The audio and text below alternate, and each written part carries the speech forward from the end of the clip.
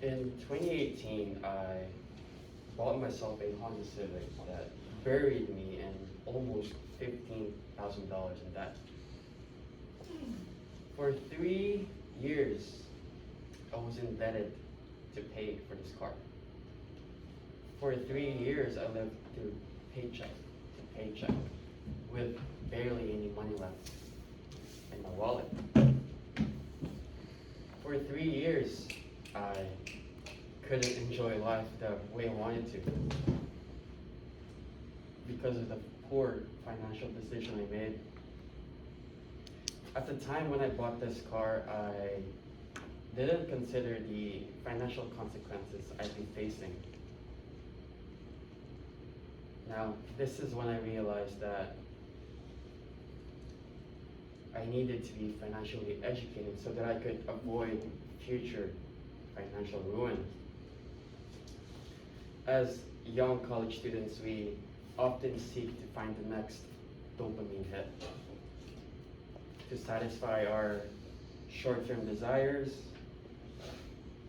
but it can often jeopardize our financial positions if we're not careful. That's why today there's an elusive financial epidemic in our midst that needs to be addressed, which is why I'll be arguing in favor of the sustainability of financial education. I'll be doing this by discussing why it's a problem, some of the effects of this problem, and I'll provide some solutions to this problem. I'll begin by showing you why it's a problem. We live in a society where the importance of financial education is overlooked. My good friend Armando, who's a certified financial broker for World Financial Group, told me in a meeting that roughly 91% of the population is not financially educated. Lacking in financial education can place us in extremely sticky situations. We'll be in these situations if we don't tend to it quickly, and it seldom can cause financial fallout if we choose to ignore it. There are various solutions we can follow to fill up our tanks of financial education.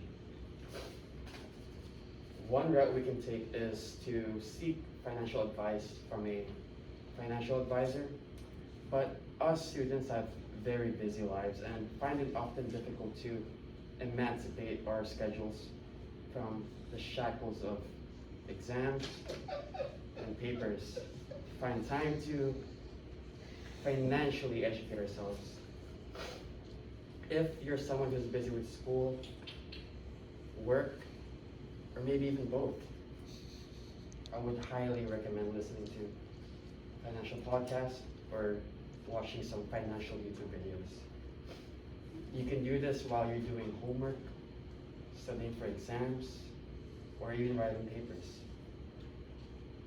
I have just talked about how financial education is overlooked today. So, I will now talk about what could happen if you find yourself not equipped with necessary financial education. The absence of financial education can have severe consequences on our finances and lifestyle. And it can even lead to taking one's own life if pushed to the edge of desperation and hopelessness. In February 2021, CBS News reported about 20-year-old Alex Kearns, who tragically took his own life after he thought it was not worth living anymore. This happened after he saw a negative balance of $700,000 after he risked a bet on Robinhood, a stock trading app. Picture yourself being a 20-year-old with a whole life ahead of you. Picture yourself receiving a notification pop on your phone that reads, you owe over $170,000 in the next few days. But Alex didn't picture this like you're probably picturing it now. This was his reality. Later, Alex's estate attorneys reported he may not have lost money due to the way his bet was structured. If Alex took the time to clearly understand the nuts and bolts of stock trading, then maybe, just maybe, he'll still be with us today. I've just talked about how lack of financial education can severely impact our lives and finances. I'll now talk about what we can do to be better with our finances.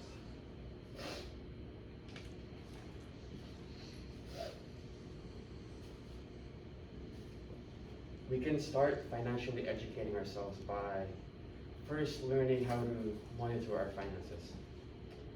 If you often find yourself surprised at the end of each month seeing lower cash balances in your bank account, then I would suggest keeping a short leash on your spending habits. These are bad habits that may prove detrimental to your finances if you turn a blind eye to it. So you may ask yourself, what can we do to fix these bad spending habits?